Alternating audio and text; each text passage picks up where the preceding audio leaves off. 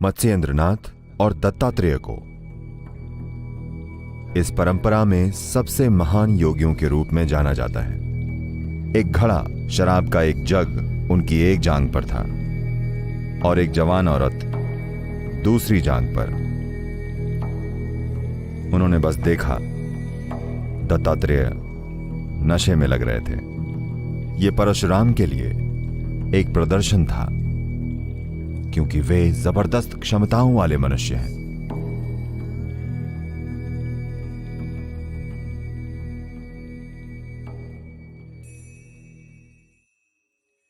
योग की कुछ परंपराओं में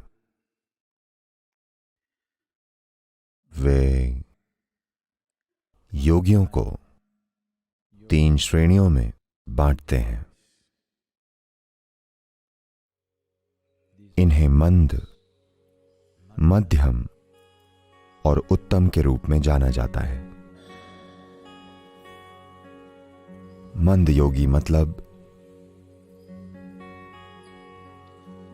उन्होंने ये जान लिया है कि चेतन होना क्या होता है। उन्होंने सृष्टि के स्रोत को जान लिया है, उन्होंने एकत्व जान लिया है, लेकिन वे दिन भर उस स्थिति में नहीं रह पाते। उन्हें खुद को याद दिलाना पड़ता है। जब वे खुद को याद दिलाते हैं और जागरूक होते हैं तो वे उस स्थिति में होते हैं। जब वे जागरूक नहीं होते तो वे पूरा अनुभव खो देते हैं। कोई भी प्रयास करके 24 घंटे चेतन नहीं रह सकता। अगर आप चेतन होने के लिए प्रयास कर रहे हैं और अगर आप इसे कुछ सेकंड या कुछ मिनट तक बनाए रख पाते हैं तो ये बड़ी चीज है, वरना यह ध्यान यहां वहां भटकेगा। तो योगी के पहले चरण को मंद कहा जाता है। योगी के दूसरे चरण को मध्यम कहा जाता है, जिसका मतलब है मध्य स्थान। वे लगातार बोध पाते हैं, लेकिन भीतरी आयाम और जो परे है वो बोध में है, पर जो यहां है वे उसे संभाल नहीं पाते। आपने भारत में होने की वजह से बहुत से योगियों के बारे में सुना होगा जिनकी पूजा की जाती है, लेकिन वे अपने जीवन में कुछ भी करने में असमर्थ थे। उनमें से कई योगियों को उनके जीवन के कुछ चरणों में खाना खाने और टॉयलेट जाने के लिए भी याद दिलाना पड़ता था। उस चीज की भी देखभाल करनी पड़ती थी। वे असहाय शिशुओं जैसे हो गए थे, लेकिन अपने भीतर वे एक शानदार स्थिति में थे।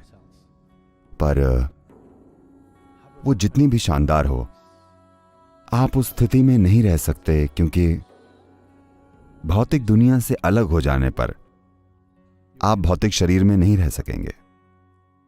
अगर आपको अपना भौतिक शरीर बनाए रखना है तो आपको भौतिक दुनिया में किसी प्रकार से काबिल होना जरूरी है, वरना आप उसे संभाल नहीं पाएंगे।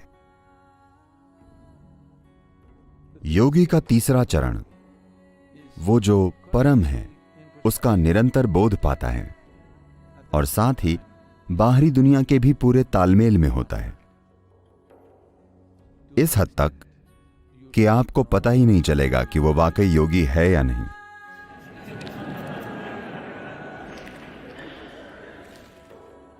दत्तात्रेय, आपने दत्तात्रेय के बारे में सुना है?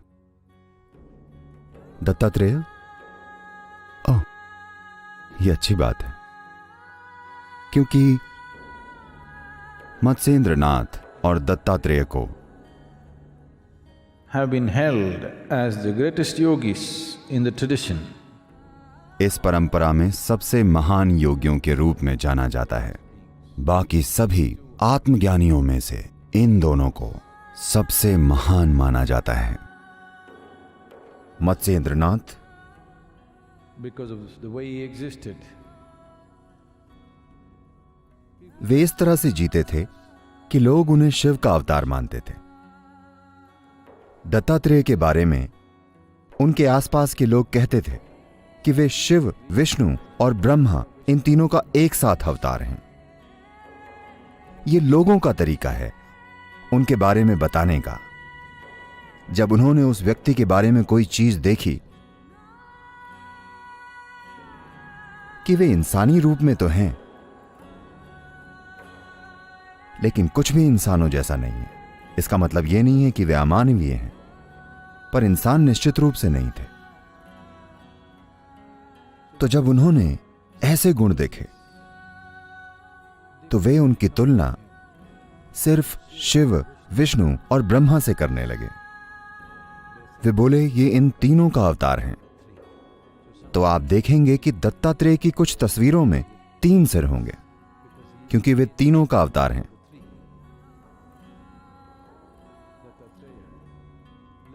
दत्तात्रेय बहुत ही रहस्यमय जीवन जीते थे। जो पंथ उनसे शुरू हुआ वो आज भी कुछ चीजों का पालन करते हैं। वो एक शक्तिशाली पंथ है। आपने निश्चित रूप से कानफटों के बारे में सुना होगा। वे दत्तात्रेय को पूजते हैं। आज भी वे काले कुत्तों के साथ घूमते हैं। दत्तात्रेय के आसपास हमेशा काले कुत्ते होते थे, बिल्कुल काले। मैं कुत्तों के विषय में बात नहीं करूंगा, इसके बारे में बहुत सी चीजें हैं। उन्होंने एक निश्चित तरीके से कुत्तों का इस्तेमाल किया। आप जानते हैं, अगर आपके घर में कुत्ता हो तो उसका बोध आपसे थोड़ा ज्यादा होता है, हाँ या ना? सूंघने में, सुनने में, देखने में वो आपसे थोड़ा बेहतर लगता है। तो दत्तात्रेय कुत्तों को अलग स्तर पर ले गए और उन्होंने वे कुत्ते चुने जो पूरी तरह से काले थे। आज भी कानफटों के पास ऐसे कुत्ते होते हैं। वे उन्हें चलने नहीं देते, उन्हें अपने कंधों पर उठाकर चलते हैं, बड़े कुत्ते। क्योंकि ये दत्तात्रेय का पालतू जानवर था, तो वे उनके साथ विशेष व्यवहार करते हैं। 200 पीढ़ियों के बाद भी जो उन्होंने तय किया आज भी वैसा ही है। वे आज भी आध्यात्मिक खोजियों के सबसे बड़े पंथों में से एक हैं। जब परशुराम,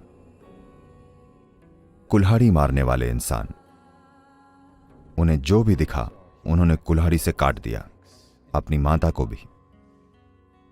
एक बहुत ही ज्यादा अस्थिर भावनाओं वाला इंसान। कई तरीकों से युद्ध में हिस्सा लिए बिना ही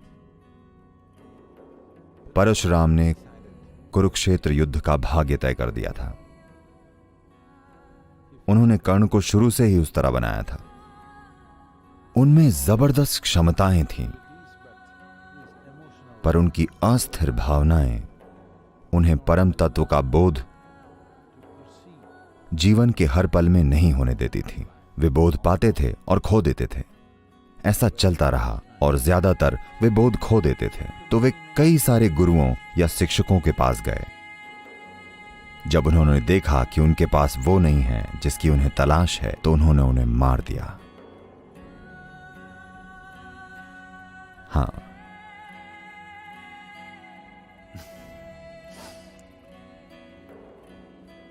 और फिर वे दत्तात्रेय के पास आए। लोगों ने उन्हें बताया, दत्तात्रेय आपके प्रश्नों का उत्तर है। वे आए, कुल्हाड़ी अब भी साथ थी। जब वे दत्तात्रेय के स्थान की ओर आ रहे थे, तब कई आध्यात्मिक साधक इकट्ठा हुए थे। वे उनके आश्रम को देखकर यह कहते हुए भागने लगे कि यह कोई आध्यात्मिक जगह नहीं है।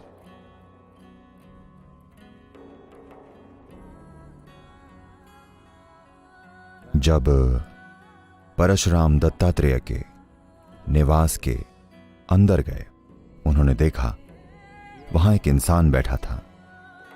एक घड़ा, शराब का एक जग उनकी एक जांघ पर और एक जवान औरत दूसरी जांघ पर। वे बस देखते रहे। दत्तात्रेय नशे में लग रहे थे। परशुराम ने उन्हें देखा और अपनी कुल्हाड़ी आखिरी बार नीचे रखी और उन्हें प्रणाम किया। बाकी सभी चले गए। जैसे ही उन्हें प्रणाम किया, शराब का घड़ा और औरत गायब हो गए। दत्तात्रेय बस वहीं बैठे थे और उनका कुत्ता उनके चरणों में था। परशुराम को अपनी मुक्ति दत्तात्रेय से प्राप्त हुई। यह परशुराम के लिए एक प्रदर्शन था, क्योंकि वे जबरदस्त क्षमताओं वाले मनुष्य हैं, लेकिन यह क्षमता क्रोध में प्रकट हो रही है, अस्थिर भावनाओं के रूप में प्रकट हो रही है, जिससे हमेशा नकारात्मक रूप में व्यक्त हो रही है। जबरदस्त शक्ति नकारात्मक रूप में व्यक्त हो रही है। तो दत्तात्रेय ने एक तरह का जाल रचा, और जब परशुराम शराब और औरत से और उनके नशे से परे देख पाए, और साथ ही ये भी देख पाए कि दत्तात्रेय परम तत्व के निरंतर संपर्क में हैं, उस पल उनका बोध खुल गया। अगर उनमें जीवन भर इतना बोध होता तो बहुत से लोग कुल्हाड़ी से बच जाते।